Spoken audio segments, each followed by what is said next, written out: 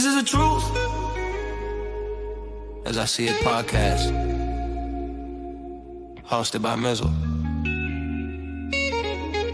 May not be the truth. You like it,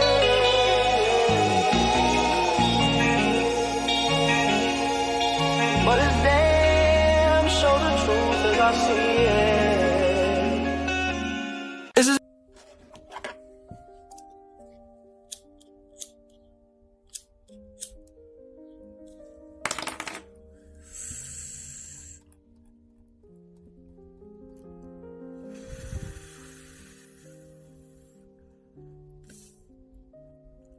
Welcome back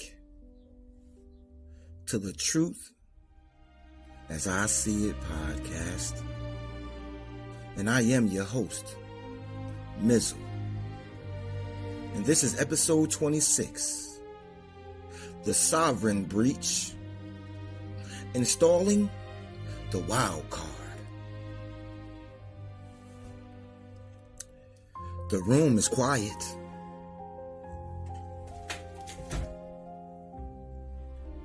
We've spent the last few sessions auditing the mirror. We've audited the body. We've audited the sculpted lie. But today, we are auditing the architecture of the prison. For generations, the 1712 operating system of control has told you that you are a free citizen because you get to walk into a booth once every 4 years and pick a color. They tell you that your power is in that ballot. But as an architect of truth, I need you to look at the ledger, shall we?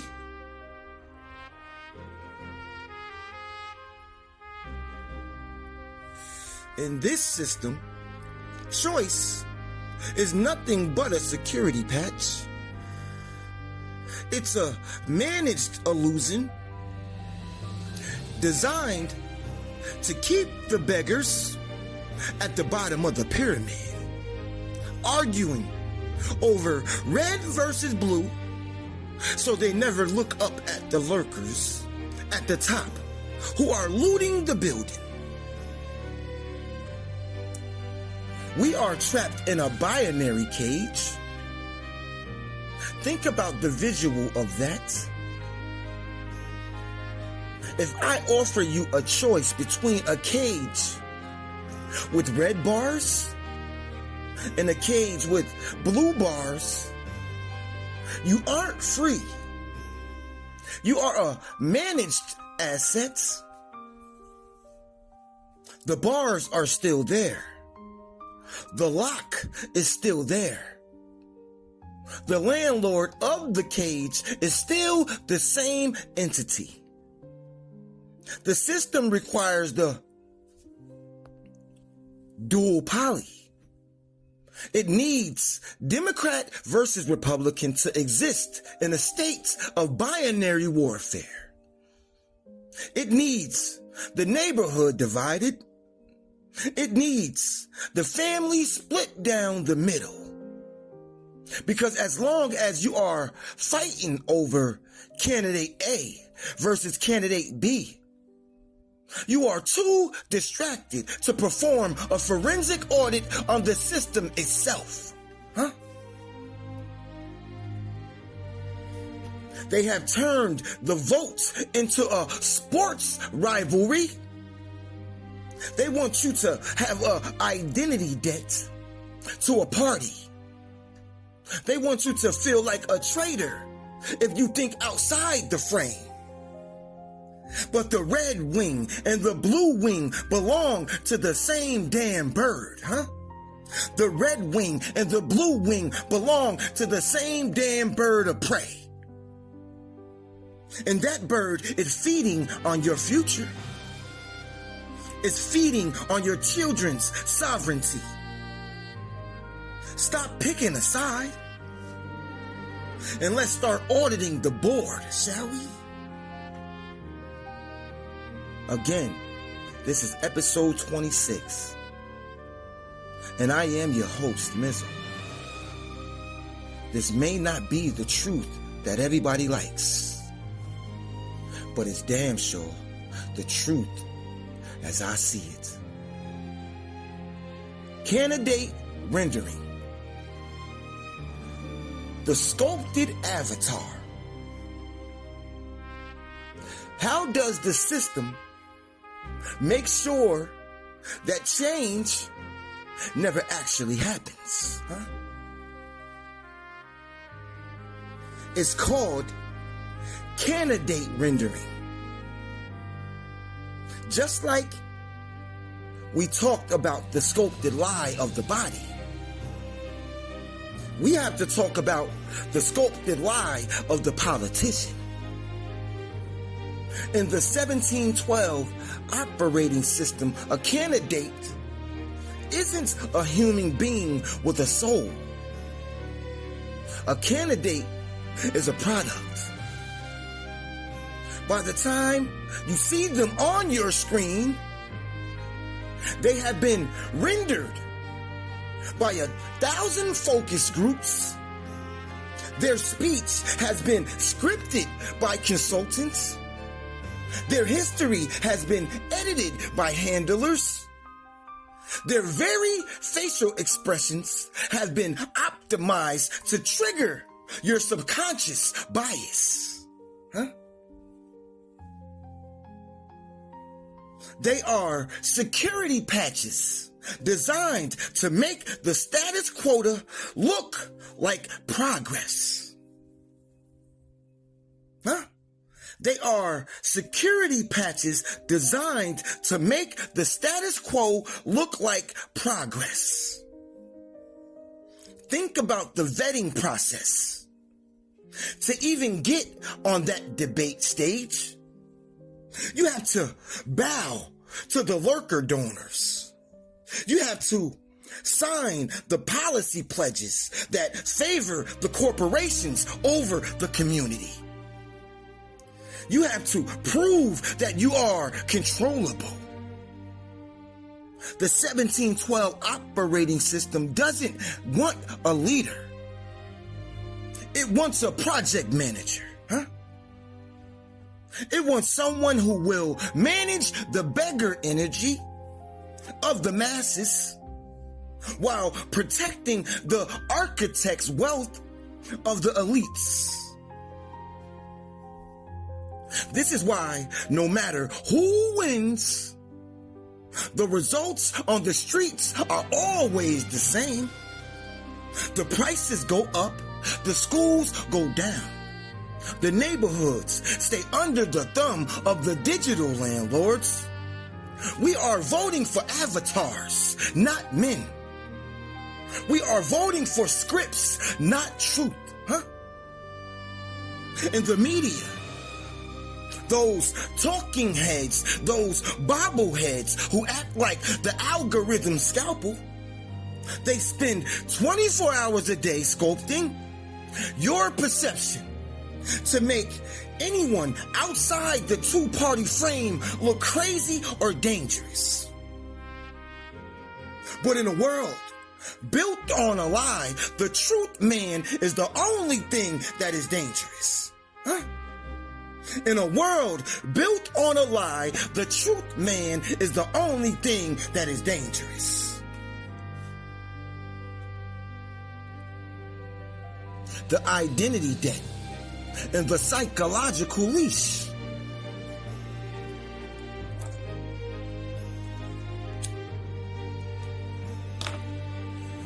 Why do we keep walking into the same damn cage? I'm gonna say it again.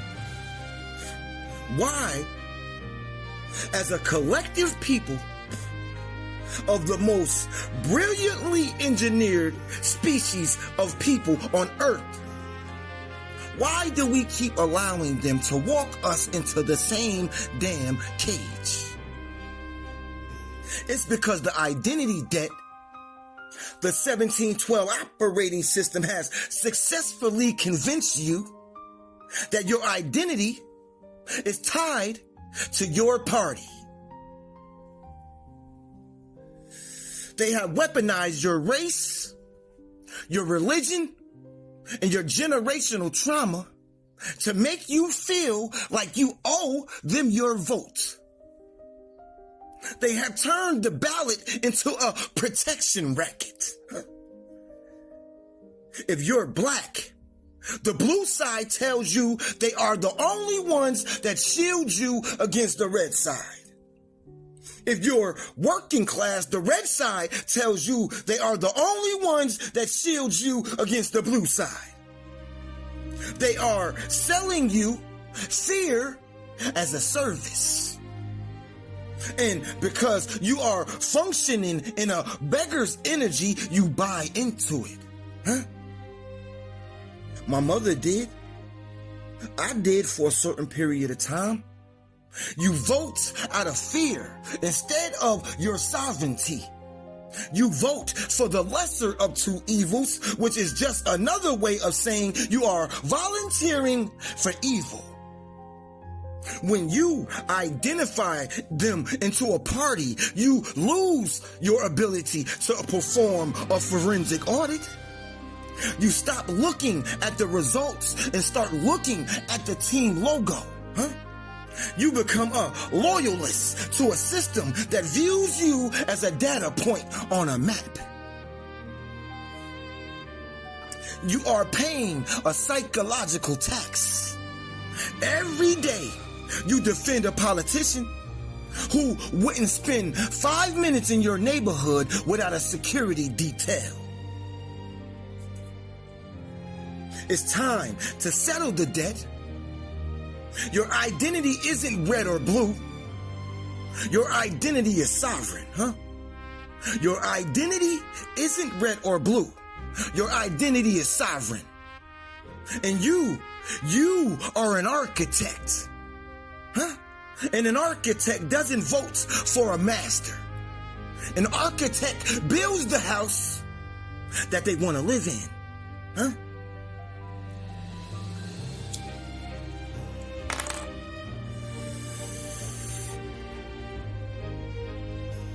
The Wildcard blueprints. The unrendered man. Huh? So what is the wild card? The wild card is a candidate the system didn't code. The wild card doesn't come from the Ivy League pipelines. He doesn't come from the political dynasties. He doesn't have a donor ledger. He doesn't have a noose tied around his neck. The wild card is a man of the people. He speaks the language of the streets, the language of the intelligent hoodlum, the language of the sovereign truth. He's unrendered, huh? He's unrendered. He hasn't been through the focus groups. He doesn't read the teleprompter scripted by a 24-year-old intern in DC. When he speaks from the original design. Huh? When he speaks to the needs of the community, not the needs of the corporations. The establishment fears the wild card more than anything else because they can't audit him. They can't threaten his funding because his funding comes from the combined energy of the people. They can't cancel him because he was never subscribed to their system in the first damn place. The wild card is the glitch in the 1712 operating system. He's the sovereign man who decides to step into the digital cage to rip the damn bars off. We don't need another politician. We don't need another politician. We need a forensic investigator in the White House. We need a forensic investigator in the White House. We need someone who will walk into the audit office on day one and say, show me the damn receipts. Huh? We need someone who will walk into the audit office and one day say, show me the receipts for the last 50 years. Show me where the money went. Show me the God code of this nation.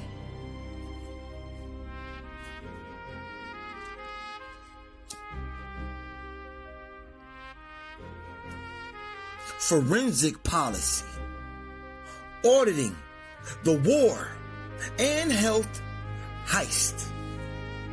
I said it. Let's talk about the action.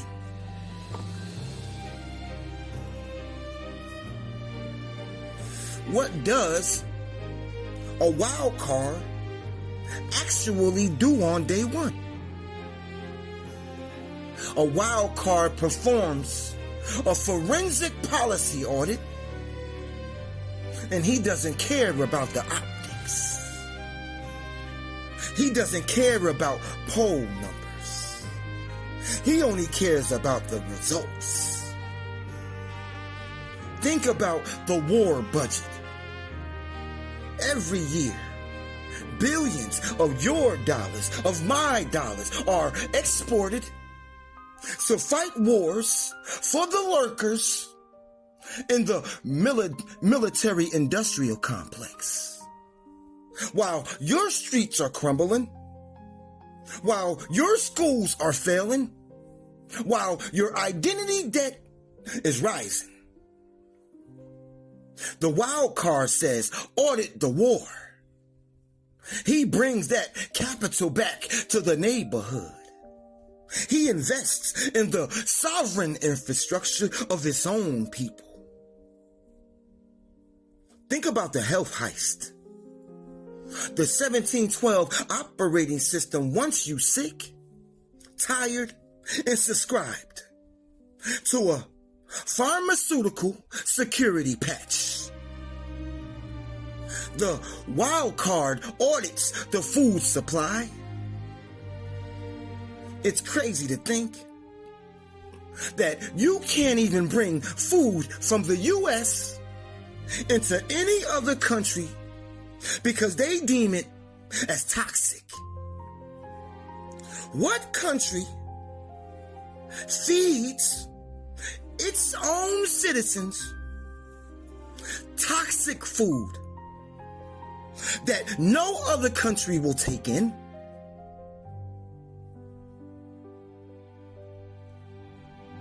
The wild card moves the nation from sickness management to sovereign health.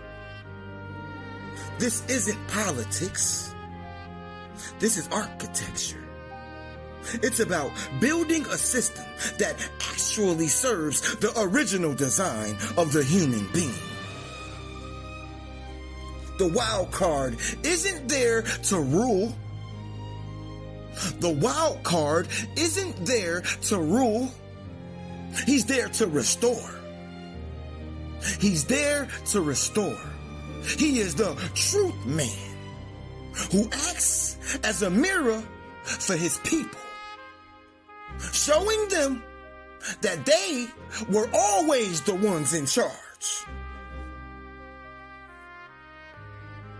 Showing them that they were the only ones in charge.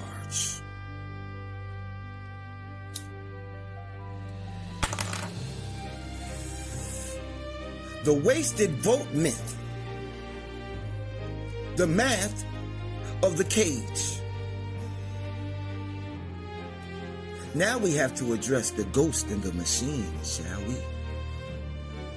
We have to address the single greatest weapon of the 1712 operating system and how it uses you to keep you in a binary cage. It's the myth of the wasted votes. Listen to the lurkers on the news. Listen to the project managers of the establishments. They tell you a vote for a wild card is a wasted vote. You're just helping the other side win. Well, I want you to audit that logic. I want you to look at the identity debt they are trying to collect. When they say your vote is wasted, what they are actually saying is that your sovereignty doesn't exist unless you use it to power their machine, huh? They are telling you you are a battery. And a battery only value is to be plugged in to a red or blue terminal. But I'm here to tell you, a wasted vote is any vote that you cast for a candidate who views you as a consumable asset. A wasted vote is a vote for a script that was written in a boardroom you'll never enter. A wasted vote is a vote for the lesser of two evils, which is really just a down payment on more evil later. If you vote for a wild card, then you vote for a man of the people, huh? Who represents the original design. You aren't wasting anything. You are performing a systematic audit. You are signaling to the 1712 operating system that your user identity is no longer for sale. The system only fears the wild card because the wild card is the only thing the algorithm can't predict. The system only fears the wild card because the wild card is the only thing the algorithm can't predict. If 10 million people decide to waste their votes on the truth, the duopoly collapses. The cage breaks. The architect of control fails and falls. Stop voting for who can win and start voting for who and what is true. Because if the winner is a liar, then you've already lost. If the winner is a liar, then you've already lost.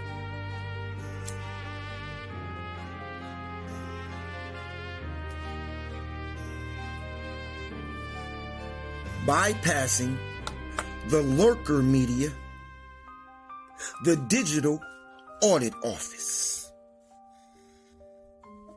We need to talk about the algorithm's gatekeepers. The lurker media is the PR department for the 1712 operating system. Their job is to perform a social BBL on the political process. They sculpt the reality that you see. They decide which candidates get the main stage filter and which candidates get shadow banned into the basement. They don't report the news. They only render the narrative. They don't report the news. They only render the narrative. Think about how they treat the wild card. They don't audit his policies. They don't look at his truth ledger. Instead, they attack his identity. They call him unqualified. They call him chaos. Why? Because in the 1712 operating system, qualified just means controllable. Qualified just means controllable. Order just means complacency. just means compliance. To flip the script, the architects of the streets, you, me, have to bypass the gates. We have to turn our own platforms, the road to 5K, the road to 10K channels, into the new identity audit office. Huh? We don't need no damn CNN to tell us who is a viable candidate. Huh? We have our own damn data. We have the streets.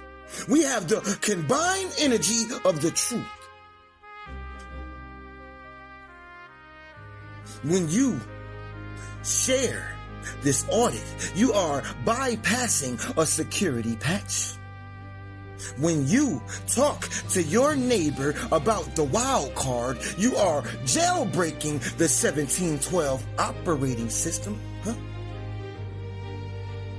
The takeover won't be televised on their channels.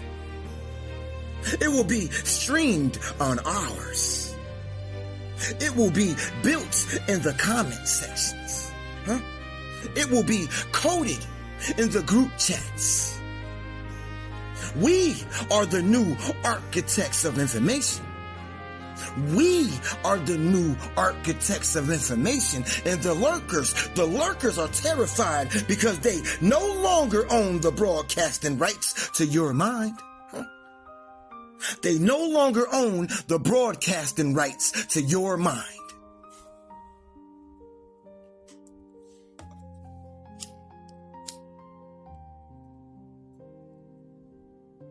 Combined sovereign energy.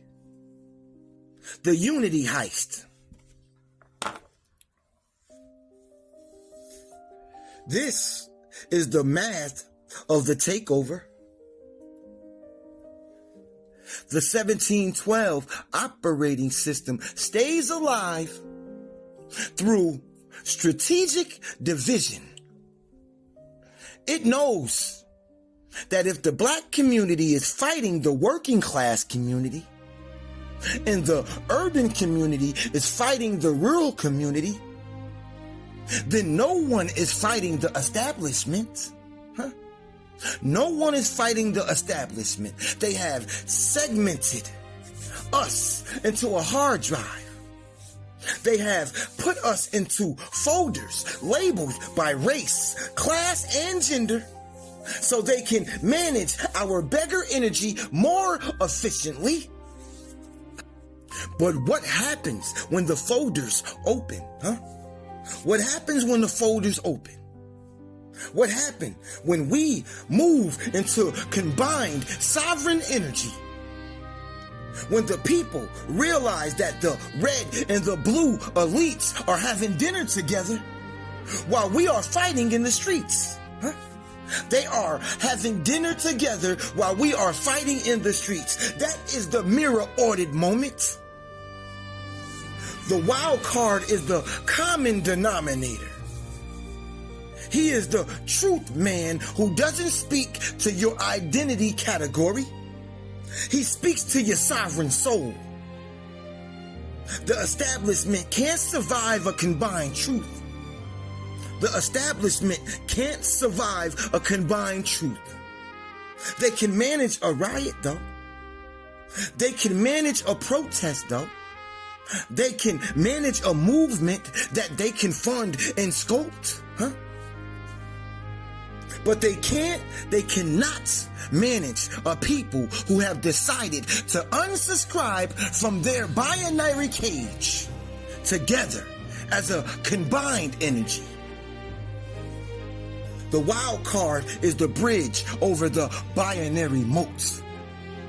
The wild card is the bridge over the binary moats. He is the evidence that the things that unite us, the need for health, the need for wealth, the need for the truth, are more powerful than the security patches they use to divide us. We aren't looking for a party. We are looking for a union of architects.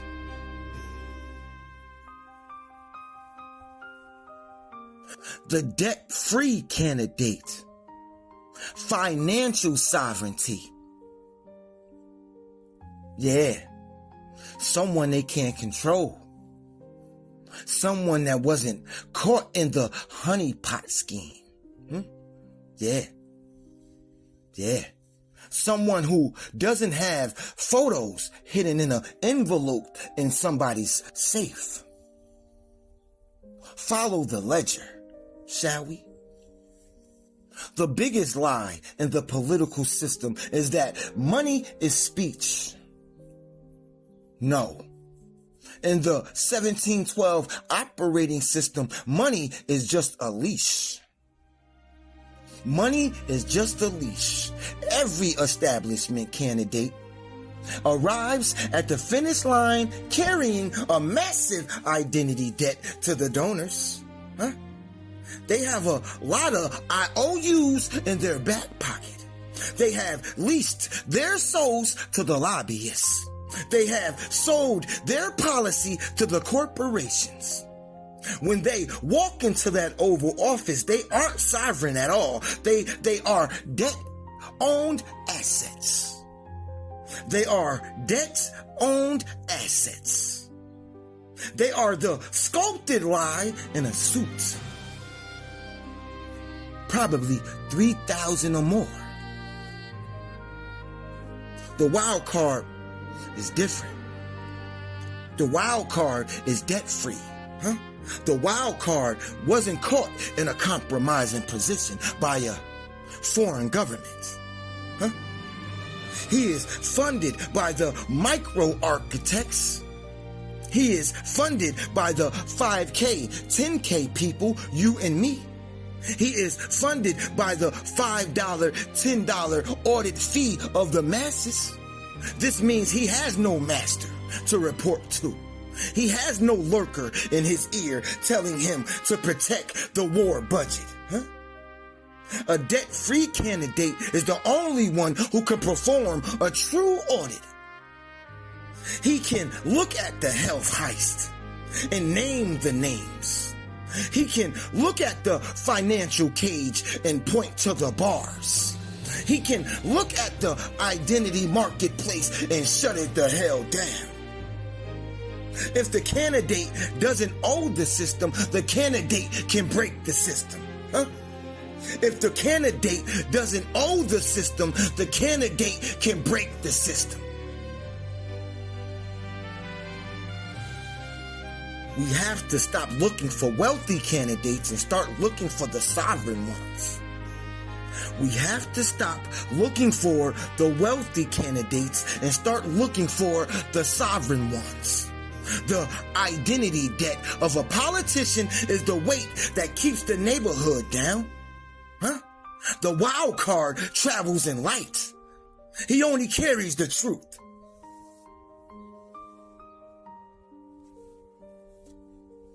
The final takeover, the architect's verdict.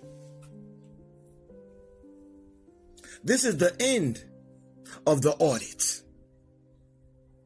We have deconstructed the binary cage.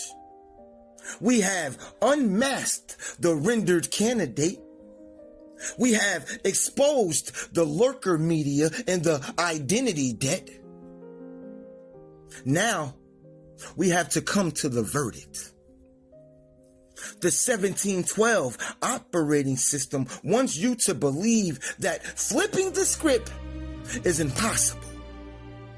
It wants you to believe that the cage is the only reality. It wants you to stay in that beggar energy, waiting for a red or a blue savior to hand you a security patch. The architect knows better. The architect knows better. The script is just a paper. The cage is just the code. And you, my friend, are the source code. It's time to move from voting to installing.